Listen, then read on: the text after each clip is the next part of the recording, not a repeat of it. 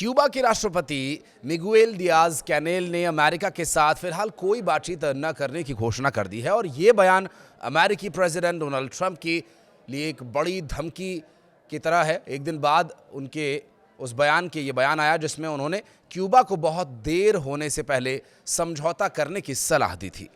Trump ने रविवार को सोशल मीडिया प्लेटफॉर्म ट्रुथ पर एक पोस्ट किया कि क्यूबा अब वेनेजुएला से तेल और धन पर निर्भर नहीं रहेगा। उन्होंने कहा कि क्यूबा को वेनेजुएला से तेल और पैसा मिलना बंद हो जाएगा, जीरो। उनका कहना है कि मैं उन्हें सलाह देता हूं कि बहुत देर होने से पहले डील कर लें। यह धमकी 3 जनवरी को अमेरिका द्वारा वेनेजुएला के खिलाफ की गई सैन्य कार्रवाई के बाद आई, जिसमें वेनेजुएला के राष्ट्रपति निकोलस मादुरो को पकड़ लिया गया और उनकी पत्नी के साथ उन्हें अमेरिका ले जाया गया। इस ऑपरेशन में 32 क्यूबाई अधिकारी मारे गए थे, जो क्यूबा के लिए बड़ा झटका रहा।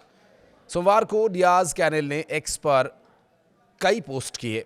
उन्होंने कहा कि अमेरिका और क्यूबा के बीच संबंधों को आगे बढ़ाने के लिए उन्हें शत्रुता, धमकियों और आर्थिक दबाव के बजाय अंतर्राष्ट्रीय कानून का पालन करना चाहिए।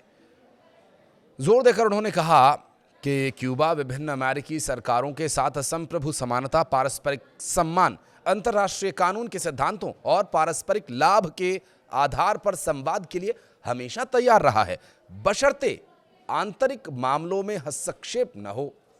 क्यूबा की स्वतंत्रता का सम्मान किया जाए। डियाज कैनेल ने स्पष्ट किया कि अमेरिका के साथ फिलहाल कोई बातचीत नहीं हो रही है, सिवाय प्रवासन से जुड़े तकनीकी संपर्कों के। उन्होंने अमेरिका के 66 वर्षों से क्यूबा पर आक्रमण करने के विषय के बारे में भी आरोप लगाया और कहा कि क्यूबा आक्रामक नहीं है, बल्कि हमलों को सहता है, अपनी रक्षा के लिए आखिरी खून की बूंद तक देने को तैयार है। यह घटनाक्रम क्षेत्रीय तनाव को बढ़ा रहा है। वेनेजुएला से क्यूबा को पहले प्रतिदिन लगभग 35,000 बैरल तेल भेजा जाता था, जो अब पूरी तरह से बंद हो चुका है, क्योंकि निर्णय अब अमेरिका के हाथ में है। वहां के प्रेसिडेंट मादुरो अमेरिका के कब्जे में है और जो अंतरिम सरकार बनी है वो पूरी तरह से अमेरिकी हस्तक्षेपों से बनी है।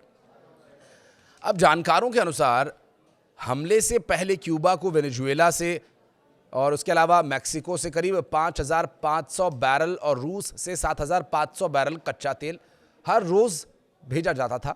अब ईंधन की कमी से क्यूबा में बिजली कटौती, आर्थिक संकट गहरा सकता है और जहां पहले से ही ब्लैकआउट और महंगाई की समस्या है, ट्रंप प्रशासन का दावा यह है कि यह कार्रवाई नशीली दवाइयों की तस्करी को रोकने की क्षेत्रीय सुरक्षा के लिए जरूरी था।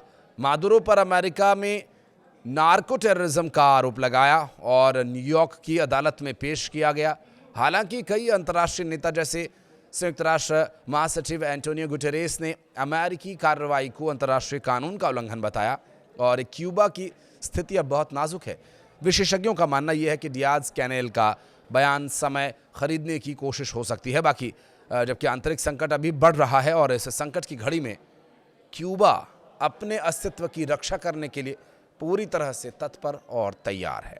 कुछ कहना चाहें तो कमेंट सेक्शन में अपनी राय जरूर दीजिएगा। धन्यवाद।